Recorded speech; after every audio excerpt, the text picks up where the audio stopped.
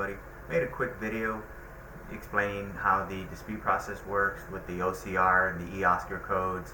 In fact, I linked a list of the e-Oscar codes in this video, so if you want to write your own letter, you can look at those codes and you can get an idea of what letter code you'll be assigned.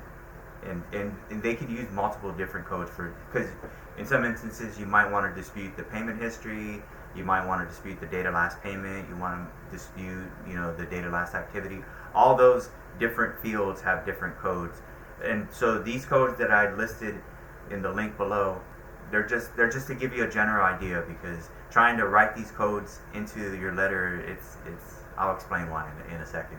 So let's just use TransUnion for this illustration in this video. Okay, so you mail your letter to TransUnion. It gets there about 5 days later, right? And very little human interaction. In fact, the machine will open up and extract the letter out, and it'll feed it to the OCR, the optimal character recognition, and it'll look for things like a templated letter, any kind of frivolous, anything that seems credit repairish, because if they feel that it's not from you, you'll get a computer letter generated response right there at that level. It won't even make it to the e-Oscar. But say your letter does, right? And most do. So it'll get optimized, digitized, and stored digitally. So obviously they don't need the paper anymore. At that point, it'll go to a distribution system. It's like a computer system, and that distribution system will determine what distribution center your letter will go to, because now you're next in the queue. It got queued up after it got digitized and stored. All right. So once it's determined what distribution center, a lot of them are here in the United States, and a lot of them do get outsourced to countries like India. That's why sometimes when you call the bureaus, right, you'll get somebody with a foreign voice. So a lot of the disputes get outsourced. So once you get to the distribution center, now that your letter is now digitized, the dispute analyst, they have very little they have to do real quick, right? So it'll pop, your letter will pop up, and then they'll pop up your credit report with whatever that bureau, let's say TransUnion, right? We're using TransUnion for this illustration. They'll look at the credit report real quick, and they'll kind of see what you're disputing, and it'll start getting it prepped for the e-Oscar. And right here, right, what I'm about to tell you, this dispute analyst does not know the e-Oscar codes. Okay, what they do, all they know is the internal bureau codes. And here's one that I do know from a seminar we went to, because this guy from TransUnion just went on and on and on. So the dispute analyst can hit something like letter 16. Letter 16 means you'll get a letter saying this account is not on file. So those are the only codes the dispute analyst knows. So these codes that I'm going to give you in the description, in the link that I have in this video, is just to give you an idea of what code you would be assigned based on the things that you're disputing. So you can dispute multiple things and give different codes. For example, you can dispute the date of last activity, you can dispute the payment history, you can dispute the open date, you can dispute the date of last payment, that sort of thing. And so each of them will get assigned their appropriated codes. All right. So at this point, the dispute analyst sees it, kind of gets an idea of what you're doing, preps it up. Okay, he's disputing 3 different items, and it'll kind of highlight that for the e-Oscar, and then they'll hit send. It'll go into the e-Oscar. E-Oscar system will read that, and it'll assign the appropriated codes, and based on those codes, it'll form an ACDV form, Automated Consumer Dispute Verification form, and that form will get sent over to the data furnisher, meaning like your creditors, your collection agencies, and your debt buyers. Okay, and e-Oscar, again, think of e-Oscar as an email, like Gmail. Everyone has Gmail.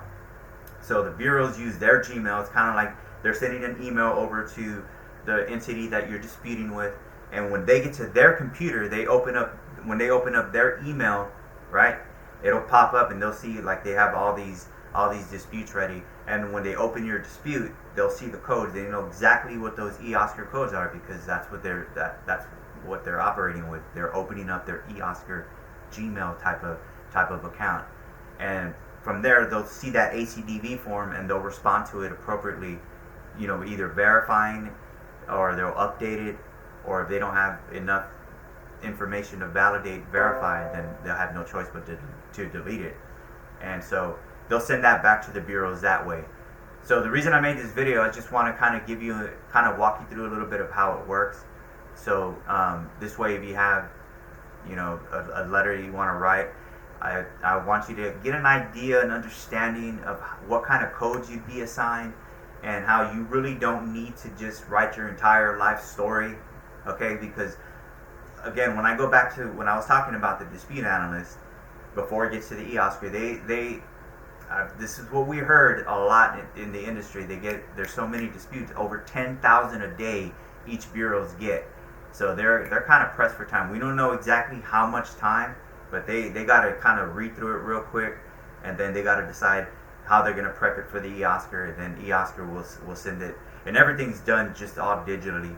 And once it gets back to the bureau actually, each bureau has their own internal auto delete protocols, and we don't know all of them. The only ones that we do know are the obvious ones, right? It's not verifiable, meaning the data furnisher didn't respond in time, or the auto delete could be something severe, like, hey, the consumer did send us, you know, documentation that the balances are wrong. We have it.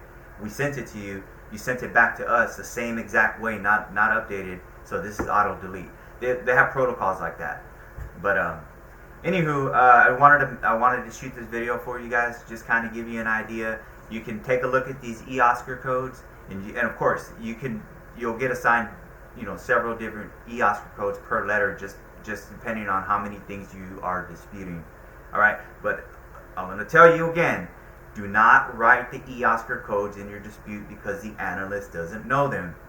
The only thing the dispute analyst knows is the internal bureau codes that they're working for, or they're contracted to work for. They don't know any of the eOscar. That's a whole separate, like just like Gmail doesn't know about Facebook, you know, that sort of thing.